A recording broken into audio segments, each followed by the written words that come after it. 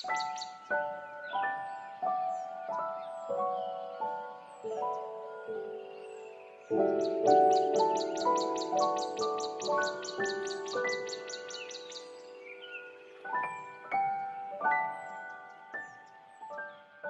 তো তুমি এসে গেছো দেখছি। তোমাকে না একটা কথা অনেক দিন ধরে জিজ্ঞেস করবো ভাবছি, খালি ভুলে যাই। কি কথা গিন্নি? হ্যাঁ গো, ওই শ্যামপুকুরের যে ছেলেটার সাথে আমাদের মিনার বিয়ের কথা হচ্ছিল, ওর কি হলো গো? হ্যাঁ গো, ওরা অনেক টাকা চাইছে। তার ওপর আবার ছেলের জন্য মোটর সাইকেল চাই। এত টাকা আমি কোথা থেকে জোগাড় করবো বলো দেখি। তাই আমি ও ছেলেকে নিয়ে আর কোনো কথা এগোইনি। ও তাই বুঝি। তাহলে একবার শ্যামলদার সাথে গিয়ে কথা বলো না। শ্যামলদাও তো একটা ছেলের কথা বলেছিল, ওর কি খবর? হ্যাঁ, আমি শ্যামলদার কাছেই যাব ঠিক করেছি। যাবো ঠিক করেছি মানে? যাও, এখনই যাও, এখনই গিয়ে শ্যামলদার সাথে কথা বলে এসো তো। এই করে করে দেরি হয়ে যাচ্ছে। এখনই গেলে দেরি হয়ে যাবে। তুমি খেতে দাও দেখি। খেয়ে নিয়ে আমি মাঠে যাওয়ার পথে শ্যামলদার সাথে কথা বলে একেবারে মাঠে চলে যাব। আমার নালে দেরি হয়ে যাবে।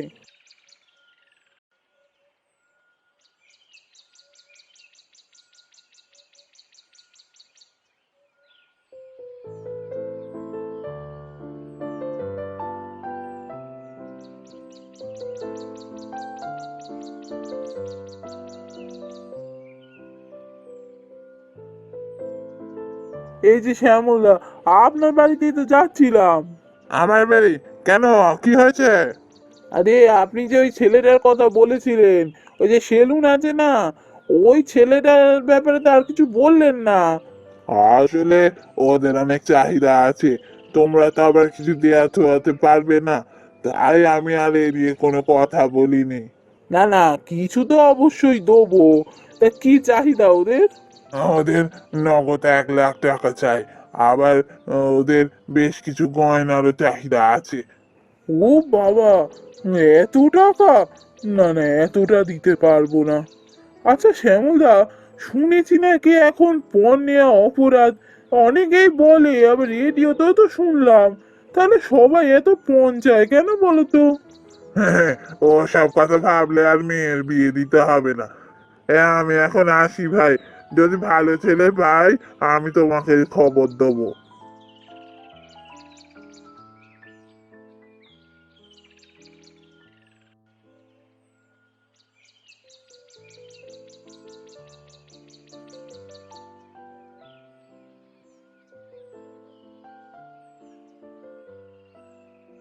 বাপরে বাপ, ছেলেদের এত চাহিদা!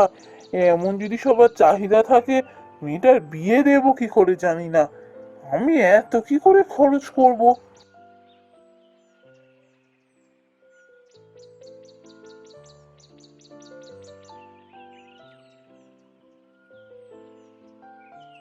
এটা শিখরের বাড়ি না? হ্যাঁ, শিখরের বাড়ি দেখে আমার মাথায় একটা বুদ্ধি এসছে। শিখর ছেলে হিসাবে ভালো, আমার মেয়ে থেকে একটু বেশি বয়সে বড় হবে। কিন্তু যাকে যাকে, ও সব ভাবলে চলে না।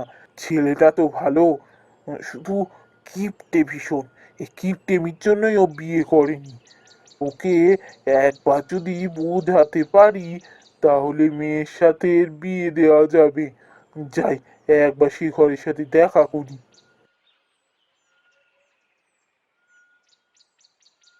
কে, শেখর বাড়িতে আছো নাকি? আরে মধুদ আছে, আসুন আসুন, ভেতরে আসুন।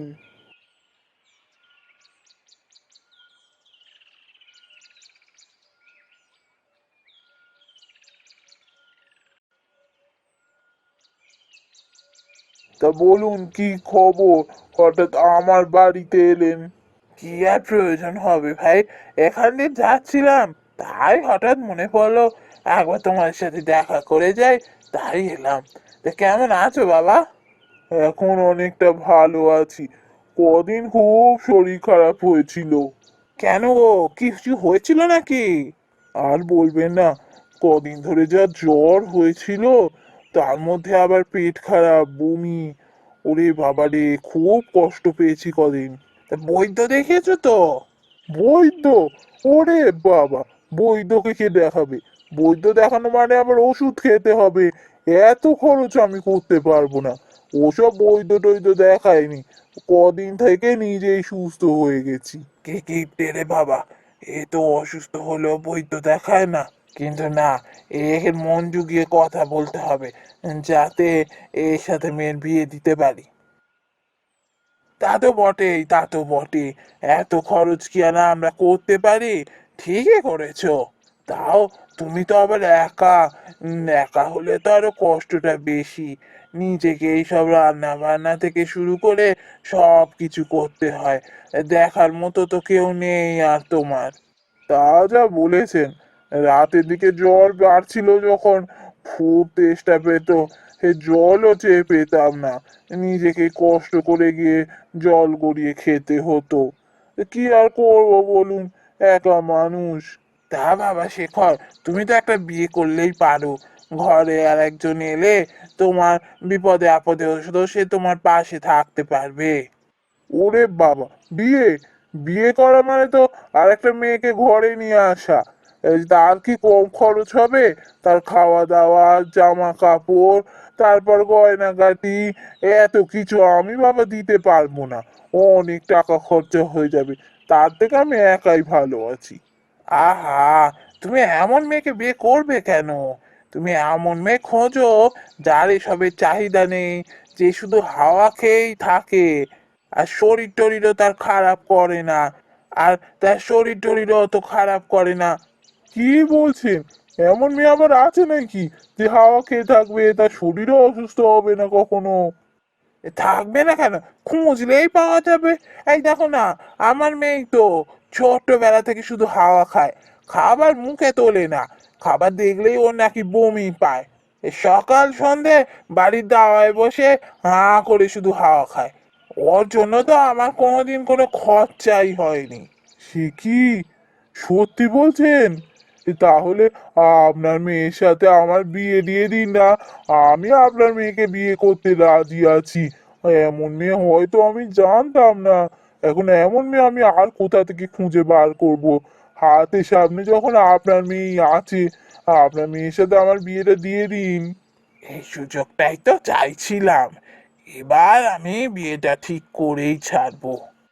হ্যাঁ, তা আমি মেয়ের বিয়ের জন্য পাত্র খুঁজছি বটে। অনেক ভালো ভালো সম্বন্ধ এসছে।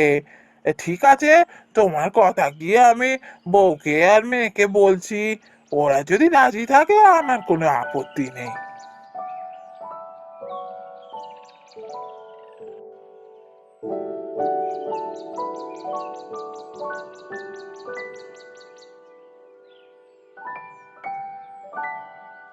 এ কি বলছো? ও ছেলের সাথে তুমি বিয়ে দেবে মেয়ে? ও তো রাম কিপ্টের এক কিপ্টে। আর বাবা, তুমি যে বলেছো আমি হাওয়া খেয়ে থাকি, আমি তো আর সত্যি সত্যি হাওয়া খাই না। আমি তাহলে ও বাড়িতে খাবো কি করে? আরে বাবা, আমি সব ভেবে চিন্তে এ বিয়ে ঠিক করেছি। ওর অনেক টাকা আছে, সিন্ধুক ভর্তি টাকা। শুধু কিপটে বলেই ওভাবে থাকে। তুই কি করবি শোন। সকালবেলা ও বাড়ি থেকে বেরিয়ে যায়। ও বেরিয়ে যাওয়ার পর তুই সিন্ধুক থেকে টাকা নিয়ে গিয়ে বেশি করে খাবার কিনে নিয়ে আসবি। তারপর সকালে সে খাবারের কিছুটা খাবি, আর বাকিটা রাতে শুয়ে পড়ার পর বাইরে এসে তুই খাবি।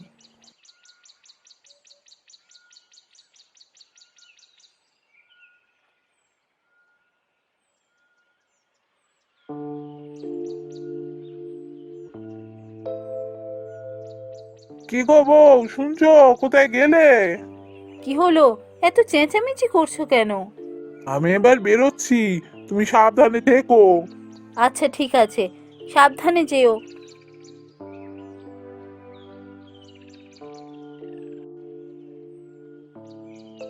যাক, এতক্ষণে বেরোলো। কি যে খিদে পেয়েছে!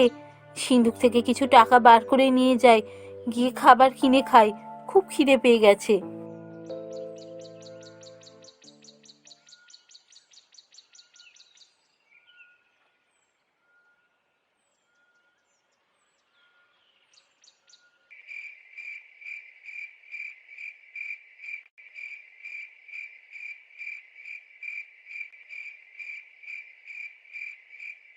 জানো বউ, আমি না ভাবতেই পারিনি যে কখনো এমন কোনো মানুষ থাকতে পারে যে শুধু হাওয়া খেয়ে থাকবে, শরীরও খারাপ করবে না কখনো, মানে আমার কোনো আর কি খরচা হবে না। জানলে তো কবেই তোমায় বিয়ে করে নিতাম। একা একা থাকতে কার ভালো লাগে বলো দেখি। এই তুমি আসার পর আমি এই রাতে বাড়ি ফিরে তোমার সাথে গল্প গুজব করি। এই দুজনে থাকা অনেক সুবিধা আছে জানো তো। ঠিক আছে ঠিক আছে, আর রাত করে লাভ নেই, তোমায় বরং খাবার দিচ্ছি, তুমি খেয়ে শুয়ে পড়ো। এত তাড়াতাড়ি খাবার দেবে? এই তো সবে সন্ধে হলো। আচ্ছা, রোজ সন্ধে হলে উঠি উঠি করো কেন বলো তো? এত তাড়াতাড়ি খেয়ে কি করবো? আর বসো না, একটু গল্প করি। আহা, তুমি খাওয়ার পর তো আমায় খেতে হবে। তুমি খেয়ে নেওয়ার পর আমি তবে তো বাইরে গিয়ে একটু হাওয়া খেতে পারবো। আমার বুঝি খিদে পায় না? ও বাবা, হ্যাঁ তাই তো। এটা তো আমি ভেবেই দেখিনি। ঠিক আছে ঠিক আছে, তুমি খাবার দিয়ে দাও, আমি খেয়ে নি। তুমিও তো খেতে বসবে।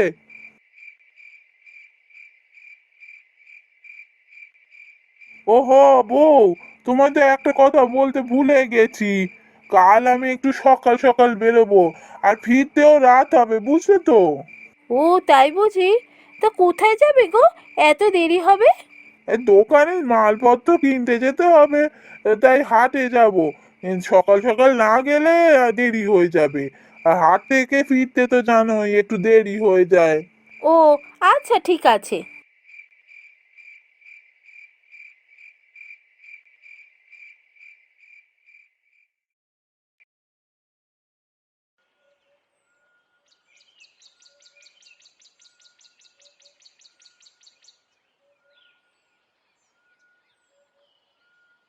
যাক বাবা, আজকে একটু শান্তিতে খাবো।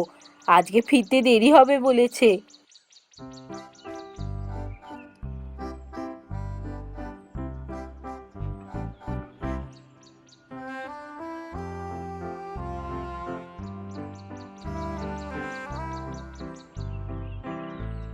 এ বাবা, আমি তো টাকার ব্যাগটাই তো আনতে ভুলে গেছি। এখন তো হাটে গিয়ে কোনো লাভই হবে না। যাই বাড়ি ফিরে যাই, টাকার ব্যাগটা নিয়ে তারপর যাব।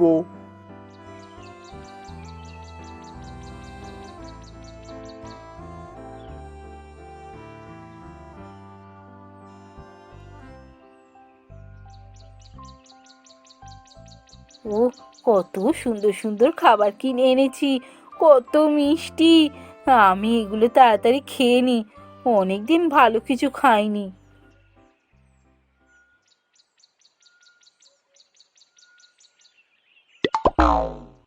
এ কি গো বউ, তুমি এসব কি খাচ্ছ? তুমি না হাওয়া খেতে?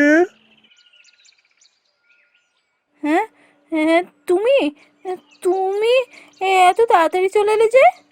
হ্যাঁ, এলাম বলেই তো এসব দেখতে পেলাম। এসব তো কিছুই বুঝতে পারছি না আমি। তুমি যখন সব দেখেই ফেলেছো, তাহলে তোমার সব সত্যিটা বলি। বাবা খুব গরিব তো, সমস্ত ছেলেরা অনেক পণ চাইছিল, তাই বাবা আমার বিয়ে দিতে পারছিল না তোমার সাথে। তাই মিথ্যে কথা বলেই বিয়ে দিয়েছে আমার। আমি হাওয়া খাই না, আমি আর পাঁচটা সাধারণ মানুষের মতোই খাবার খাই। তুমি বেরিয়ে গেলে সিন্দুক থেকে টাকা নিয়ে আমি খাবার কিনে এনে খাই, আর রাতে তুমি শুয়ে পড়লে সেই কিনে আনা খাবারেরই কিছুটা অংশ রেখে দিতাম, সেটা রাতে খেতাম। ছি ছি ছি, তুমি এত কষ্ট করতে? এত কষ্ট করার কি ছিল? তো আমায় সত্যি কথাটা বলে দিলেই পারতে। সত্যি বলে পাছে তুমি বিয়ে না করতে চাও, তাই তো বাবা মিথ্যে বলে বিয়ে দিয়েছে। আর বিয়ের পর আমারও সাহস হয়নি তোমায় সত্যি বলার। যদি তুমি রেগে যাও, শুনেছি তুমি টাকা পয়সা খরচা করতে চাও না, তাই এতদিন বিয়ে করনি। এই ভয়তেই তোমায় কোনো সত্যি কথা বলিনি। না গো বউ, তুমি আসার পর আমার জীবনটাই বদলে গেছে। আগে আমি একা থাকতাম, শুধু টাকা জমাতাম, নিজের জন্য টাকা খরচা করতাম না। একা থাকতে থাকতে আমি যেন কেমন পাগলের মতোই হয়ে গিয়েছিলাম। তুমি আসার পর আমার জীবনটাই বদলে গেছে। এখন আমি বুঝেছি একা থাকা থেকে পরিবারের সাথে থাকার আনন্দ অনেক বেশি। আর মানুষ তো টাকা উপার্জন করে নিজের পরিবারের লোকেদের জন্যই, যাতে তারা সুখে শান্তিতে থাকতে পারে। আমি কথা খুব ভালোভাবে বুঝেছি। তোমার আর লুকিয়ে লুকিয়ে কিচ্ছু করতে হবে না। আজ থেকে তুমি একটা সাধারণ মানুষ যেভাবে বাঁচে তুমিও সেভাবেই থাকবে। আমি আর কোনো রাগ করব না। আমি আর নিজের পরিবারের জন্য কোনো কিপটেমিও করব না। যাক, তাহলে আমাদের এই লুকিয়ে লুকিয়ে বাঁচার দিন শেষ হলো। এবার আমরা দুজন সুখে শান্তিতে দিন কাটাবো।